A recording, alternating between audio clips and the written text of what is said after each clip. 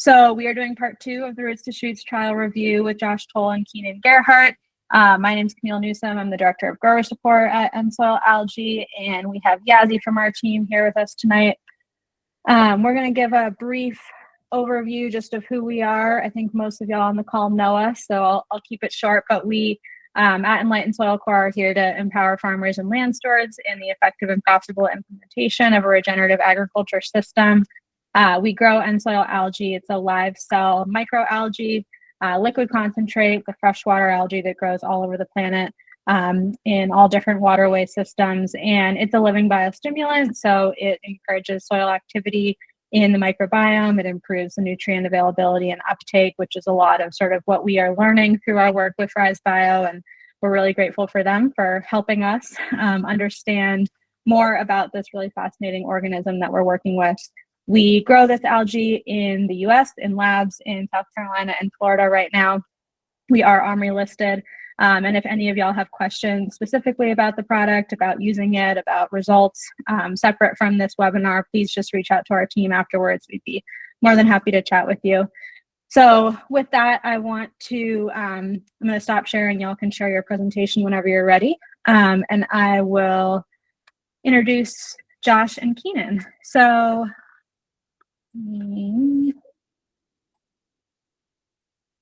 okay, y'all can share whenever you are ready.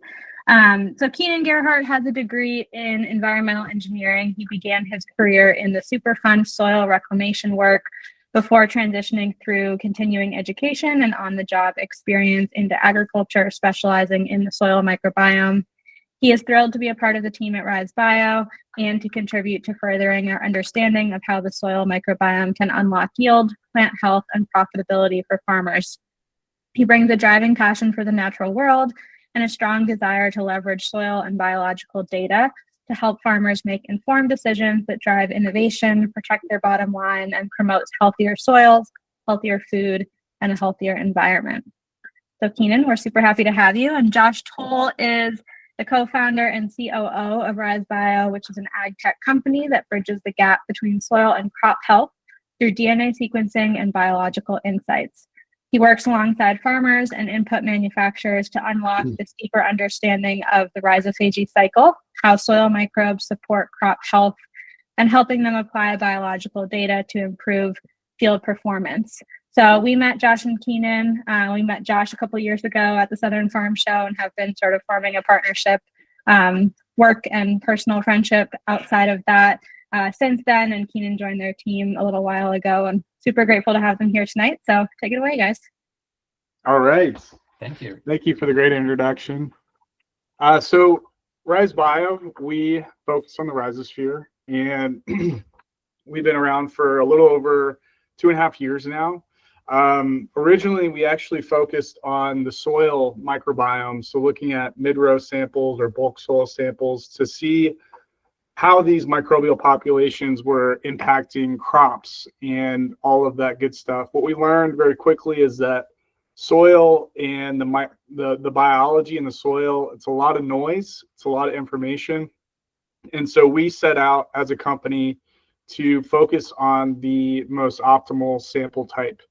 And our team here, we have our founder, Doug Toll. He has over 30 years of clinical diagnostic experience in healthcare, looking at the human gut microbiome, informing on infectious diseases, Alzheimer's disease, and all of that good stuff. And so we're applying that same methodology to roots, which essentially is the guts for the crop. We all know how important the gut microbiome is for human health.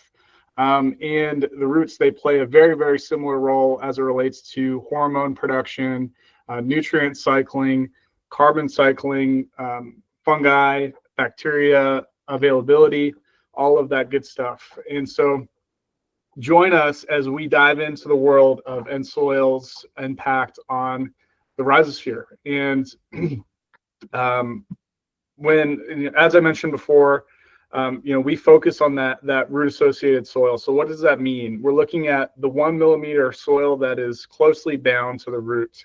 And these are microbial populations that that are really robust. They're active. They're actively engaging with the crop.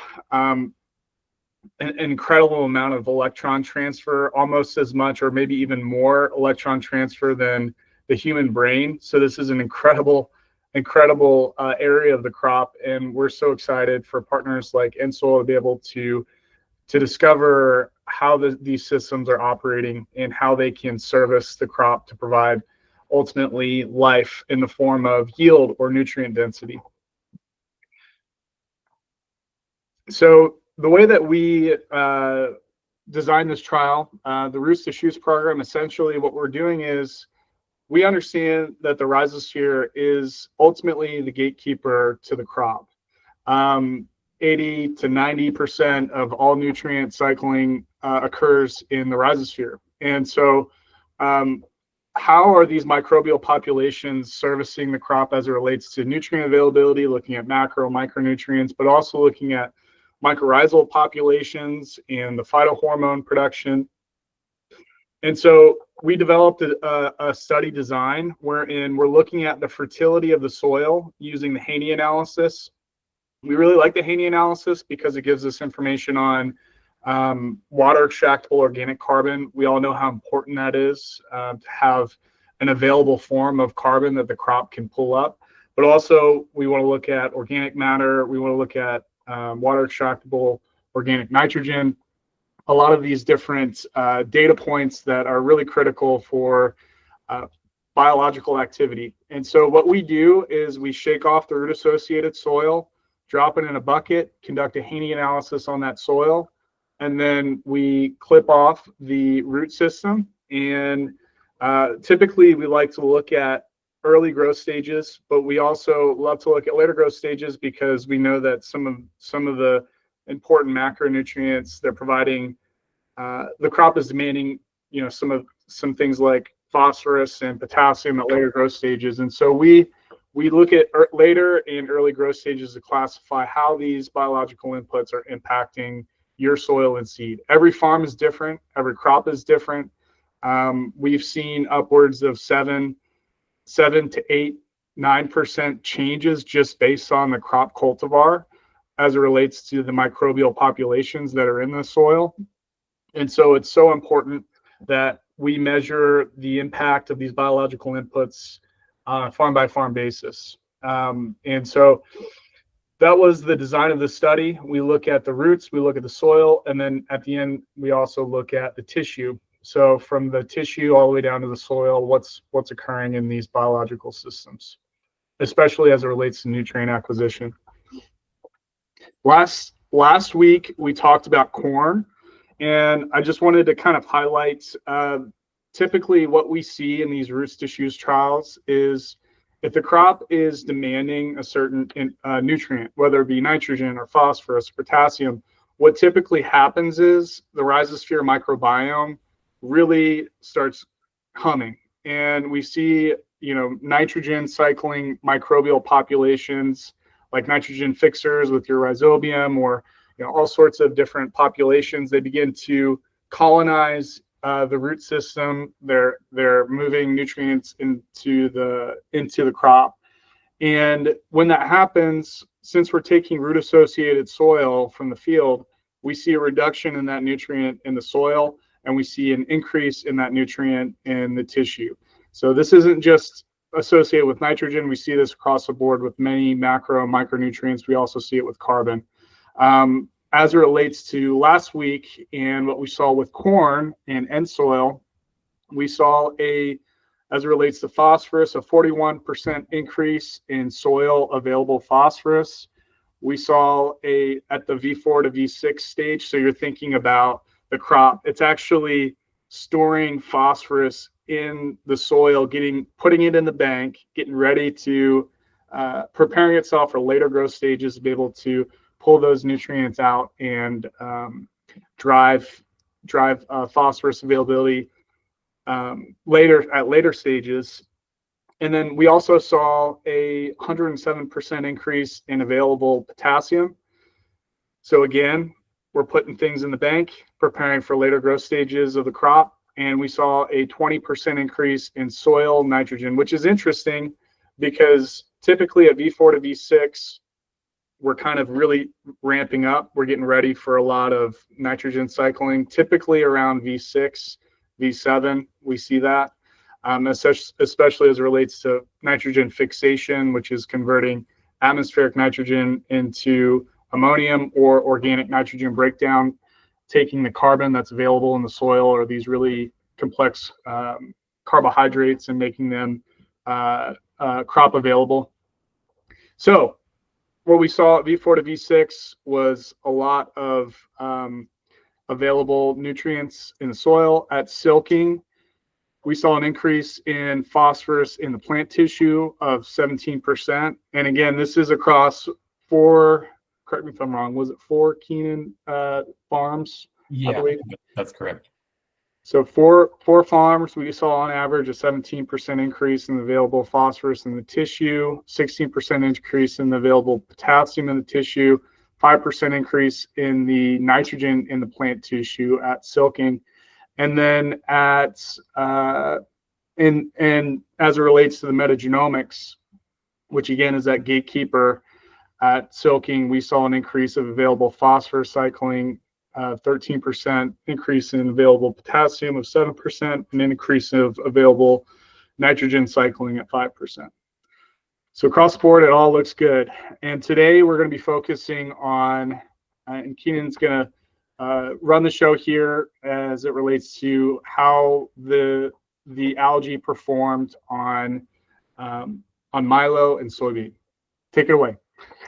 Thanks, Josh. Yeah, that was a great intro. Yeah, just like we said, we had a number of different crops at different growth stages for corn, and so we were really able to see that kind of banking during those early stages, and then that really strong uptake, those increases in the microbial activity and increases in plant tissue at those later stages.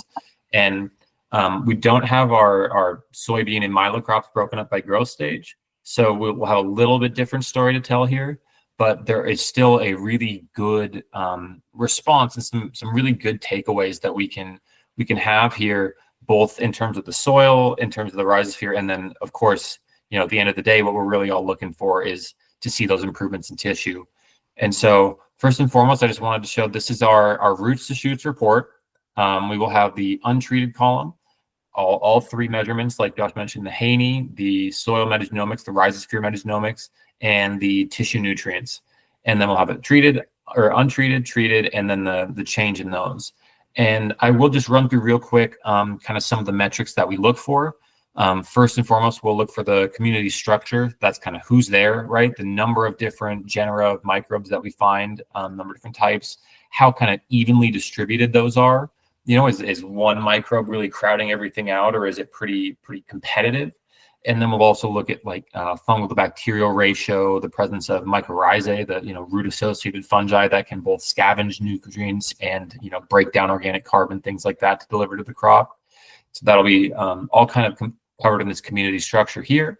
We also look at oxygen availability. That's obviously really important because the most preferential, the most beneficial microbes that we're going to see in the soil for that kind of nutrient cycling and plant nutrient acquisition and uptake are mostly going to be aerobic, right? So we want to see more oxygen in that soil.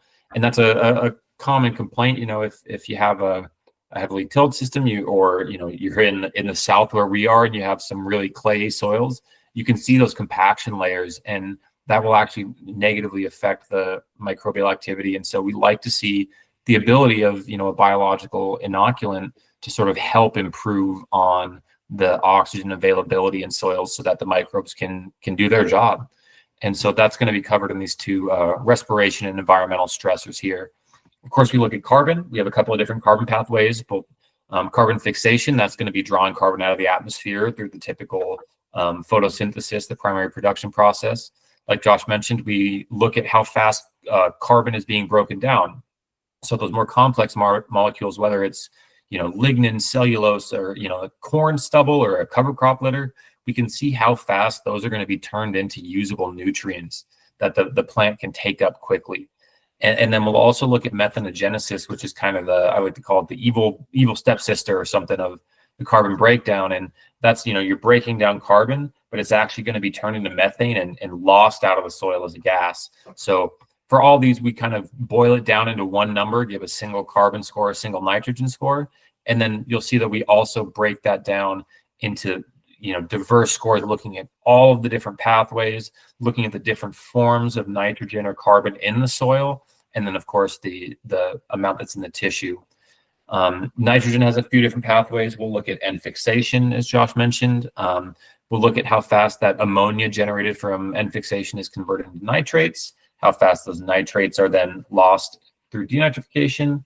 And then we also look at nodulating bacteria, and that's one I'm going to call out later for this soybean crop. Of course, nodulation, really important for soybeans, and the earlier and more active you can get that nodulation, the better you're going to be able to bring nitrogen in, probably the most key nutrient, of course, for soybeans, a huge nitrogen demand. So we're going to be focusing on that. We do look at phosphorus and potassium. Particularly phosphorus is a really important one that can be really bound up in different soils, and the microbes can be very key in helping unlock that phosphorus, particularly in iron oxide rich soils as well. And we will look at potassium solubilization as well. We look at sulfur. We look at both sulfur oxidation and reduction to kind of get a complete picture of how sulfur is being transformed in the soil, and whether, again, there is a little bit more oxygen availability or the soil is a little bit more anaerobic. We look at calcium, and then iron. Of course, you may have heard of, say, chelated minerals or chelated iron out on the market somewhere. That's basically what we're looking at here. The microbes can perform that chelation and make sure that you have iron in the right ion forms that the plant can take up. So I know I'm probably running through real fast. I think if you have any questions, can drop in the chat, and we'll either try to address as they come up or pick them all up at the end. But I do want to sort of get into some of the key takeaways that we had here, because you'll see right off the bat that first and foremost, this nitrogen value goes way up. That's always kind of the first number that I look at is, are we getting more nitrogen in the plant that's going to help unlock everything else that happens? All the other nutrients are going to kind of depend on that nitrogen to inform on that green growth of the plant, where then those other macro and micronutrients can sort of fill in. But one of the really interesting benefits that we've seen from EnSoil, and to get into some of the specifics, is in this sort of soil improvements. And this is a really interesting data set for these soybean crops, because we see improvements in both the soil community structures. So this is going to be the Haney soil health score, kind of combining some of the available carbon, available nitrogen, microbially available carbon. Of course, not all carbon that's in the soil is going to be available to plants. So we like to see this number bump up, and we see a large increase on, this is across, this is actually just two different farms that we had for soybean crops this year. We didn't have quite as strong a participation in soybean as corn, but we still had enough to get some really good data and see some strong improvements. We also see increases in microbial respiration that correspond to improved oxygen availability in the soil. I'll kind of dive into that deeper later. But first and key, I really like to look at this nitrogen value, and I really like to look at one thing. If you were on the meeting last week, we will have talked about more efficient nutrient uptake, right? That for a lot of these plants, more isn't always better. That's kind of the way we tend to think of it in agriculture, is more. We want as much in the soil as we can get. But actually, sometimes having too much of one nutrient can lead to less of another. All right, there's some antagonistic relationships, and you may be familiar with looking at, say, the calcium to magnesium ratio, and how those 2+ ions are going to compete a little bit. And if the plant is taking up too much calcium, it's going to lose a little magnesium, or vice versa. And so one of the things that we see with this product in particular is a balancing effect, right? Of taking up nutrients more efficiently, selecting the right microbes so that the right nutrients are taken up as the plant wants. And one of the cool results of that you see here with this iron value and this aluminum value. And you'll see no plant needs 1,000 parts per million iron or 700 parts per million aluminum. Right. But what's happening is that because the plant isn't getting what it needs in terms of other nutrients, it can really just try suck up everything it can and ends up taking more iron and more aluminum than it needs. And post-treatment, you see it's getting the nitrogen that it needs. And it actually, we're a little bit lower on phosphorus and potassium here, but actually moving closer to an ideal sufficiency level. The demand at this stage for soybean crops isn't super high for phosphorus.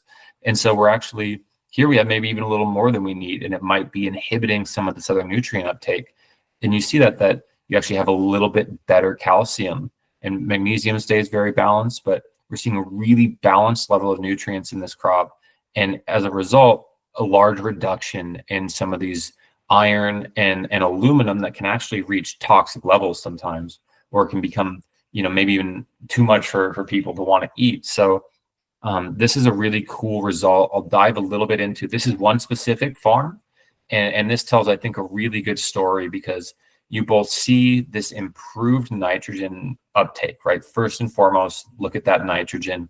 And we can look back and we can see the microbial community was improved. It's a small change because this farmer already had a pretty healthy microbial community to begin with, but we're seeing improvements in the microbial community, right? We see improvement in the oxygen availability in the soil, a decrease in those anaerobic microbes, those kind of stressors that are going to tend to act as pathogens.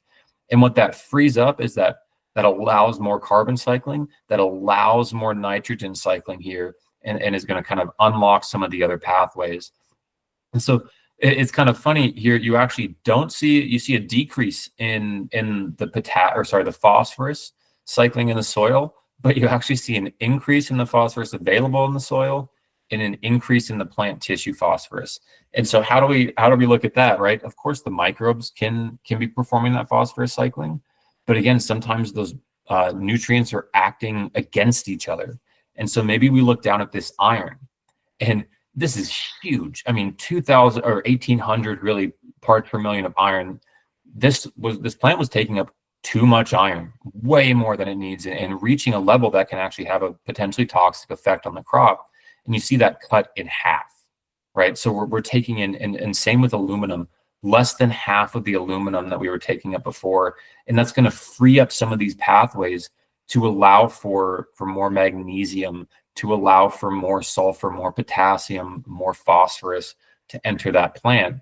And again, here's another example. You see calcium go down a little bit, but it's actually a little high here. And these are sufficiency ranges that we use that are generated by Regen Ag Labs, who we do a lot of our testing with, and they do a ton of tissue testing. So it's a good look at what the crop really needs. And we're actually seeing that we're moving into a better place in terms of phosphorus here, and adding a lot of potassium. And same with boron here. We start a little high. Molybdenum, we start a little high. So I hope this kind of starts to paint a picture that more isn't always better, and that sometimes by freeing up some of these nutrients that are a little bit too high, you actually allow some of these other nutrients, your primary NPKs or other key micronutrients, to have better uptake into the soil. And that all kind of starts with this microbial community up here, the oxygen availability, and the availability of carbon. Carbon is sort of the currency of these microbial communities in the soil. In this case, I'm gonna skip that. I'll come back to that. I do want to look at this carbon on this farm because it tells a really cool story. Like I mentioned, we have a much better high oxygen environment, and this is huge, a reduction in the anoxic environment. And this is one of the cool effects that we have seen from EnSoil. You'll see actually this started with a little bit of a high pH here, right? For a soybean crop, we want to be maybe sitting a little more like 6.5. And we see a movement towards that sufficiency range by applying the EnSoil. And that translates into, like I said, in this case, about the same soil health score, but it's going to allow for more favorable chemistry that the plant is doing, that the biology is doing. So this better oxygen availability is going to translate into, in this case, we don't see a huge difference in the microbial nitrogen cycling. We see a little bit less methanogenesis because that anaerobic anoxic environment is going down. But I want to call out this value here, right? This microbially available carbon, because not all carbon in the soil is created equal. And so if you can see more of the carbon that is there is actually able to be taken up by the microbes, able to be taken up by the plant, they're going to use that carbon to go cycle nitrogen or to go make sure that phosphorus is available. And that's going to translate down the line into better NPKs, better trace nutrients. And so one thing we tend to see though is, that carbon has to come from somewhere. And you can see this farmer started with a really great level of soil organic matter, 6.0, 215 parts per million of total organic C. And we do see that drop. But at the end of the day, that's, in my opinion, at least, that's kind of what that's there for. And of course, you're going to build that up through cover cropping or manure application or whatever you might, use to sort of help and improve that soil organic matter. But at the end of the day, you're building that up so that the microbes can use it, right? You don't just want to leave the money in the bank. You want to translate that into nutrients that the plant can use. And as we go down, we'll see that in the nitrogen here. We'll see this huge increase. It's about 0.35, but a really significant increase at this point in the soy or the nitrogen in this soybean crop, as well as an increase, not a huge increase, but an increase in nodulating bacteria. Love to see that. Those are going to, again, form those nodules for the nitrogen fixation to take place. We see an increase in organic nitrogen breakdown. As I think Josh mentioned earlier, that's going to take, your cover crop litter and return that nitrogen to the soil in really usable forms.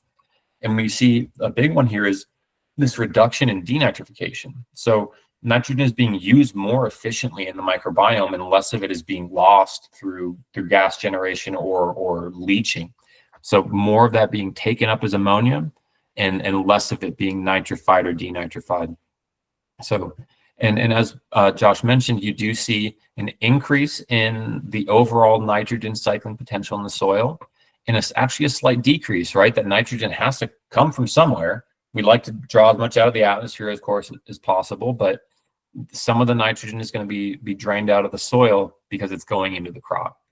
And like I mentioned, this all is kind of unlocked by this initial microbial growth and carbon cycling pathways here. I would bounce to another farm and again, look at this sort of carbon cycling. This was an interesting one because we saw a huge increase in mycorrhizae. And as you may know, EnSoil does not apply mycorrhizae, right? But what it's doing is it's helping those fungi access the carbon that they need and have the oxygen environment that they need to thrive. And so there's some of these kind of secondary effects that happen when one of the things that I think talked about last week is sort of right recruitment, right? Getting the right microbes in the right place at the right time. And that's one of the things that this product seems to be able to do very effectively is allow the plant to select who it wants to let into the rhizosphere. And then you see those downstream effects of those right microbes at the right place. And this is, again, another good example. We see pH moving from pretty high up around 8 down right into a really nice looking 6.8 for a soybean crop.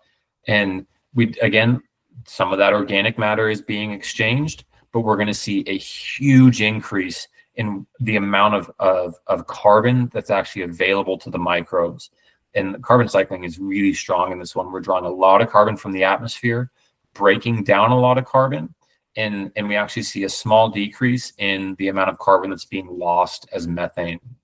So this is, again, another cool example of how some of the things you may not think of, right? You may not think that algae could change the pH in the soil or improve the oxygenation. Those are, you typically think of physical things to do that, but we do see that bringing in the right microbes can let that happen and can actually unlock even secondary things like having improved mycorrhizae abundance.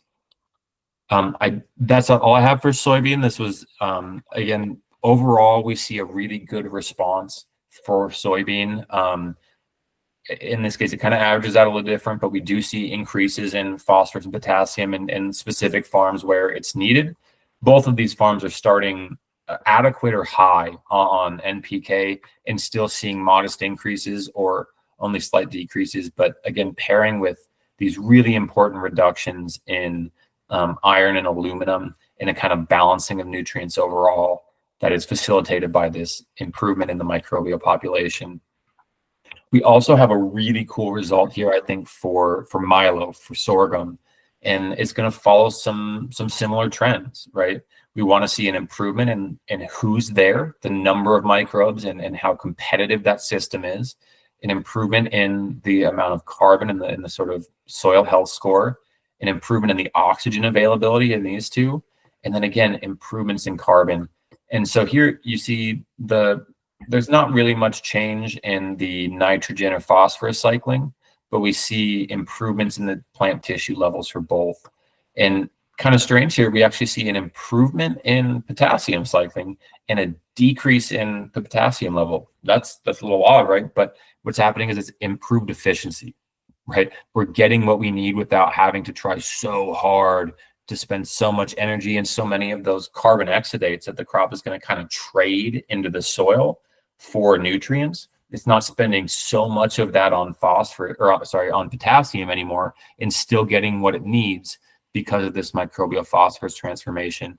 And that's going to help facilitate some of these more balanced levels of nutrients in this crop. And actually, you see here, we didn't have high aluminum and iron here. So we'll actually see increases, modest increases in those nutrients, but again, moving towards a pretty ideal range.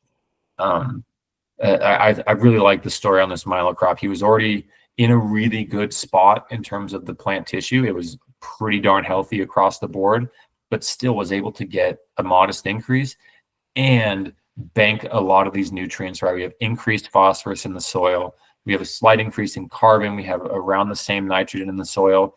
So we're keeping the nutrients we want in the plant and improving the nutrient levels in the soil at the same time. And again, to look at some of this kind of carbon cycling, better oxygen availability, and better carbon fixation, better carbon breakdown. In this case, we see a little increase in methanogenesis, but it's pretty well offset by these other carbon cycling pathways. And I wanted to bring up here, Josh had, I think, mentioned earlier, we do also look at plant stress adaptation.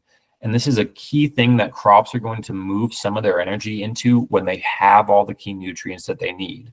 And you may have heard this talked about with bricks, right? If you get up into that kind of 9, 10 plus bricks range, you'll see the plant creating some of those secondary metabolites to help with pest resistance. And in this case, we have a lot of those hormones in this plant stress adaptation marker. We can look at auxins and gibberellins, cytokines, indole acetic acid, a number of different ways that the plant is going to use to improve its stress tolerance, whether that's salt or drought or pests. And this is huge. We see a real increase in the ability of the microbiome to support that plant during stress. And again, this was already in a decent pH, but we see an improvement in pH. And this is really interesting here. We started at a little bit lower organic matter here, and that actually increases a little bit. And then same with the total organic C. And this is, again, one of the cool things that we see with, I think, EnSoil as a product is it takes what microbes are there, and the plant sort of knows what it needs, and the microbes sort of know what they need, and it just turbocharges the activity that needs to happen. And so if you have a lot of organic matter, some of that is going to be spent, right? Because the EnSoil can turbocharge those microbes that will exchange some of that organic matter for better nutrient uptake elsewhere. But if there's not a lot of organic matter available, it will find other sources. You'll see this carbon fixation shoot way up because that's where this microbial community is going to draw its carbon from the atmosphere rather than its soil organic matter pool, because it's a little lower on soil OM to begin with. And so again, we can see an improvement in microbially available carbon, and at the same time, increases in the soil carbon and organic matter levels overall. So a cool story, I think, for this milo, that you started very healthy. There wasn't a lot of room to improve, but the microbes still can improve. And in this case, the EnSoil was able to kind of turbocharge those microbes that needed to improve and find those little ways that the soil could still be helped through biological treatment. So I think that's all I have here. I apologize if that was a little long-winded, but I get a little excited about data sometimes, and we have some really cool results here. So I think with that, I'm gonna turn it back to Josh and look forward to any questions you may have at the end. Thank you, Ken. That was great. One thing I think is interesting, and this is a new discovery that we had with EnSoil's product was I mean, we saw this to be the case with not just the milo and the soybean, but also with the corn. When the crop is not in sufficiency range with soil pH, it always moves towards sufficiency range. And I think that that's a new observation that we saw this year. And then as always, we're seeing some of the same trends with iron availability and aluminum availability. If it's in toxicity levels, we're balancing that out. Just kind of restating what you said in the past. I think as it relates to the soil, I think that like just looking at this milo crop, and we've got the community structure, respiration, environmental stressors, and carbon. I mean, across the board, you have a lot of improvements here. If you scroll down to the nutrient availability for the milo, is the crop in sufficiency range here? Would you say it is? That's actually why I'll have to go back up here. Yeah, so it's really close to sufficiency for basically everything, or even a little high. Yeah, so if the crop is already in a really healthy level of nutrient availability, it's really good to see that we're dumping nutrients, phosphorus. Looks like 67% increase in phosphorus in the soil, 44% improvement in calcium availability in the soil, 55% improvement in the zinc, manganese, sodium. I don't know. I think it's just kind of neat. I love geeking out about data as well. Does anyone have any questions? That's a good point, though. It's banking nutrients where it doesn't need them. That's right. Yeah.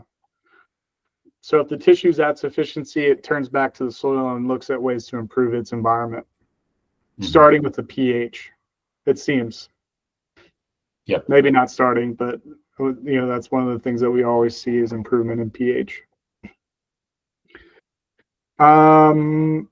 So just wanted to kind of open it up for questions. Does anyone have any cool insights from the information that we just went through?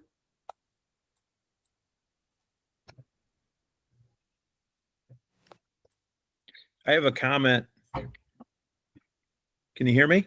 Yep. Hey, Dennis. Hey, that pH, dropping that pH from 7.8 or 7.9 to 6.8 in soybeans is absolutely huge. Yeah. We have pH major problems up here in western Minnesota, western Minnesota, the Dakotas, all through there. The pHs are just sky high and we can't get them to come down. So if we can apply that product in furrow and get that pH to come down with the algae, that's huge. We could boost yields by, who knows, 10 bushel? I don't know. Yeah. Absolutely. Dennis, this, I think the farm they're showing right now, the bird farm, this is in Missouri, but the first farm that Keenan showed, the grower's name was Schwinn. This is in Minnesota, where it dropped from 8.1 to 7.5. And I'm happy to share this data with y'all in a way that would be helpful just for, regional purposes. So we can chat about that. Absolutely. Yeah. Please email me that. Yeah, that's one of the findings that I think we're really excited about and was unexpected, right? You're kind of looking at, are we increasing nitrogen, or can we increase phosphorus mobilization? And as Josh mentioned, it's not an increase in pH, it's not a decrease in pH. It's if your pH is 8, it's moving down, and if your pH is 6, it's actually moving up a little bit towards 6.5. It's really really cool and really interesting. And as you mentioned, a lot of farms throughout the country struggle with pH, and it's kind of a difficult problem to solve. And so I think we're really excited about that. And I'm sure the EnSoil team is as well. So that's good to hear feedback. It's like we have Jack Boyer. Yes. My question was, what was the crop stage when this data was collected? That is a good question. These, if I remember right, both soybeans were in sort of middle vegetative stage, probably V7, V8, and the milo was actually, I believe the milo was the same, V7 to V9. That was kind of our, we targeted the sort of, early vegetative, maybe V4 to V6, and just because of how things go, how the year went, got things a little later, but actually these were pretty consistent, I believe, in that sort of, middle vegetative V7 to V9 stages. Thanks. Yep. Yeah, just to Steve, thanks for your comment here. So one of the things that we saw in corn, a trend that we observed was V4 to V6. We have really, really, really high carbon demand.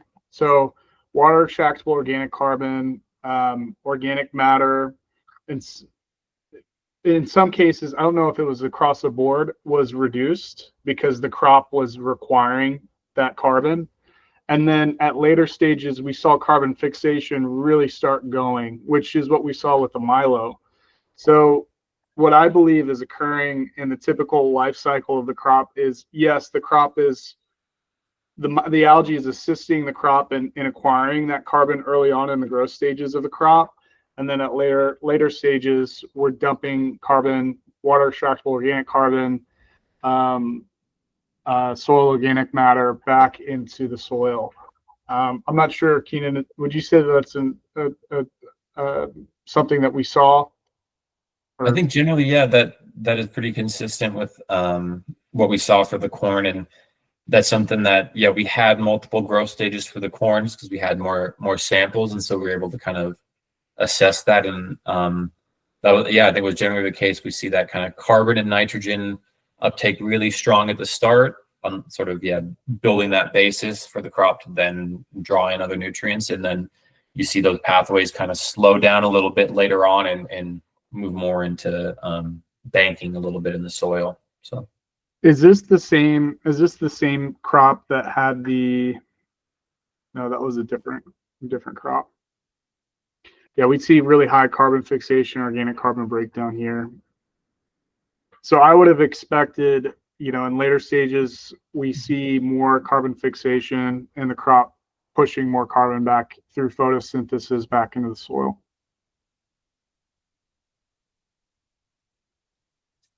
Yeah, this one definitely had a pretty strong, there's a lot of carbon moving in this soil here. You see a little bit of this organic matter being exchanged into, available carbon, but actually an increase in total organic carbon, as well as an increase in MAC percent, just facilitated by this 100, maxed out carbon fixation and pretty high organic carbon breakdown. Can you talk about what the growing conditions were in this time frame for these crops? I mean, was it wet, dry? That is a good question. We'll have to. I know, Keenan, I know we have some data from Mitch that I can pull up from Schwinn from the soybean crop in Minnesota. Okay, great. That was pretty specific. Just, I think they had kind of an odd year, as a lot of people did. But I can pull that up. You guys have flooded out, right? Sorry. I know Minnesota got a ton of rain, I think, the start of this year. Yeah, so this farm, so both of the testing fields had very similar conditions, the untreated and the treated. They both had very heavy saturation early in the season. Specifically, the treated field had more low areas than the untreated field, so there was even more saturation there. They both actually got algae, but the untreated one got algae after the tests were pulled, so it was still untreated at the time. And that was kind of the data from Mitch on that. I don't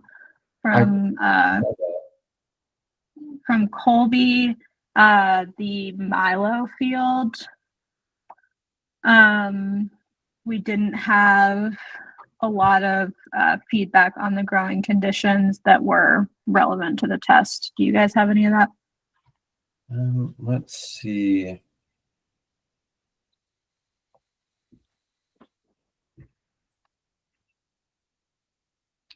No, I recall, I wrote down that he had seen a larger plant mass in the treated field. Boron was definitely a concern there, and he was happy that they had seen increased boron. And let's see. But I don't have much on the kind of conditions that they saw this year, so I apologize about that. Mm-hmm. I do And have then- some stuff from Bird from the other soybean field.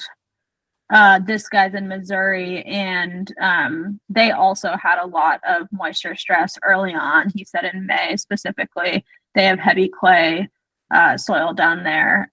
So they were experiencing some of that, and we did see through the nutrient cycling data, he is going to be able to reduce his phosphorus by 60% and potassium by 30% next season. So it wasn't affected to that extreme. Do you have the yield comparisons for these fields also? I can definitely get you those, Jack. I don't have them off the top of my head right here. Do you guys have them, Keenan? I don't know that I do. I could pull it up. Yeah, I didn't include it in the presentation, so I would have to look for that. I believe Nelson- Nelson's was 14. Yeah. I have Nelson's right here. He's the only one I got, but he had an 11.6 bushel per acre gain on his soybeans. And interestingly, this field also had a historical top performance. Typically it was 55 to 60 bushel beans, and this year he had 65.6 bushel. So, and I can get you the other ones, Jack. Thank you. Yeah. So Sue, we have a question here. Do we do any sort of other measurements of soil biology, fungal, bacterial, protozoa, etc.? Keenan, do you have any insight on that? Yes, we do look at fungal bacterial ratio. I'd have to pull up that data. I didn't include that in the presentation just because it can it is interesting to look at, but it's a little bit less clear sometimes. It's kind of like pH, where you sort of want to consider some of the local conditions and how it changes. We don't get a look at protozoa. That's not currently part of our test. Some of them will contribute to our nutrient cycling pathways, and we'll pick them up there, but we don't look necessarily specifically at those populations along, but we do look at fungal to bacterial ratio and arbuscular mycorrhizate, so endo to ecto mycorrhizate. So, but I think this is all the data that was collected specifically as part of this year's trial. And I think if you're interested, we can show a more complete data set that does have the fungal to bacterial ratio in there as well. We also, Sue, just to add to that, we are doing some new trialing protocols that are including the metagenomics work that Josh and Keenan do with RhizeBio. We also are including PLFA testing in that, which does look specifically at the different percentages and population percentages of the biomass for fungal, bacterial, and protozoa. So if you're interested in learning more about that or participating in that, just shoot me an email and we can talk about it. Awesome. Well, jumping down into, I know we've got a few more minutes left. I wanted to touch a little bit on our greenhouse testing program. So we have a beautiful greenhouse here at RhizeBio, and we love our greenhouse because we get to really remove all the abiotic stresses that are out in the field. So instead of doing a trial and experiencing extreme droughts or extreme rainfall, we kind of moderate all of that, and we create optimal conditions for propagation and growth of the corn or the soybean or milo or wheat. And so in this program, we actually do a control versus treated. And we've found that there is a really strong correlation with our analysis to end of the season yield, especially when we collect additional data like seeding rate and things of that nature, crop cultivar. This is an example of the type of result that you would get from that analysis. We're looking at the community structure, and we're also looking at all of the different metrics that we went over today on the metagenomics side, nitrogen, phosphorus, oxygen, carbon, calcium, sulfur. And then we also look at the plant stress adaptations. And what we are doing is we're giving you a baseline for the genetic potential of your crop to produce yield. We have this score called the RHIZE score, which we have found to have a 85 to 92% accuracy rate at being able to predict end of the season performance from last year's trial data. And so we would love to work with anyone who's interested in trialing EnSoil in the greenhouse. We would just run a control versus treated and see how that performs. We know that EnSoil performs well with other products as well. So if there is a microbial inoculant or a carbon source that you're looking to trial in the greenhouse as well, we can throw the kitchen sink at it and see what the expected response would be out in the field. And this is a program that is relatively cost effective. Instead of having to buy a whole tote, place it out in the field, spend a lot of money on getting a trial up and running, we can do that analysis in the greenhouse for $150. So definitely something to look into if you have access to soil or your seed. If you have it on hand, we'd love to work with you in that capacity. And beyond that, this year, Camille had mentioned that we're doing more of these roots to shoots trials. We would love to get more data on different growth stages, especially as it relates to soybean or milo or later stages of corn. And we'd love for you all to be a part of next year's roots to shoots trials, so we can learn a little bit more about how these products are interacting with the rhizosphere. So, and I can drop a link. Maybe I can have a link. Yeah, I know. We will send out. Yeah, definitely drop the link, Josh, and we'll also send that out in the follow-up email. So if anyone on the call or watching the recording is interested in participating in either the greenhouse and or the Roots to Shoots trial, please reach out to any of us, and we can get you to the right spot. We would love participants. And yep, great. So that's in the chat. Do y'all want to answer Gus's question, and I will share the events, and then we can say goodnight? Yeah. Awesome. Hey, Gus. Nice to meet you.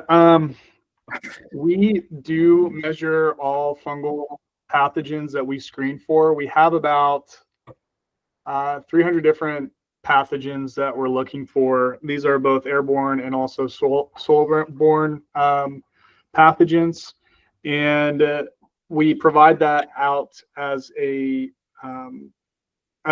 abundance. So what percentage of the population are we observing with that specific pathogen? And this can be done on both soil or root metagenomics. And we also provide the host. So if it's typically associated with a corn crop or even turf, we can screen for that and provide you an abundance on the pathogen that you're interested in.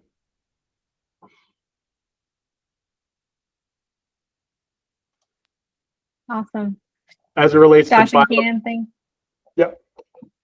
I was going to say, as it relates to biocontrol agents, we, in our plant stress adaptation biomarker, we have a lot of those auxins and gibberellins and the biocontrol phytohormones in that specific analysis. But if you wanted to open the hood and look at specific populations, we have a discovery pipeline where we can screen for specific phytohormones or whatever you might be interested in.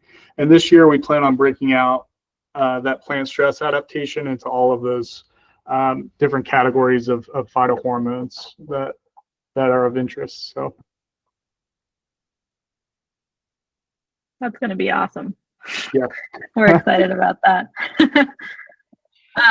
Awesome. Well, thank you guys so much, Josh and Keenan. So happy to work with you and have you on the webinar. If anyone has questions for either of them, their info will be in the follow-up email. So feel free to reach out. We have 2 webinars coming up. And after the second one, we're going to be taking a break because a lot of folks are going to be planting. So next week on April 2nd, we're doing a lunchtime webinar with the Minnesota Soil Health Coalition. That's going to be a panel style webinar. And then a week later on the 9th, we're going to be doing another trial review with Dr. Ahmad from the University of Hawaii. We did a nitrogen reduction trial with sweet corn with him. So we'll be reviewing that at 7 p.m. Eastern. We have a info session tomorrow that I will be hosting at 3 o'clock Eastern, and then another one on Friday, April 18th at 11 a.m. So feel free to join us for those. Everything's on our website. Please reach out with any questions that y'all have. We so appreciate you being here and being a part of our community and asking questions, and we hope you have a great rest of your evening. Thank you, everyone. Daniel. Appreciate it. Thanks, Josh. Thanks, everybody.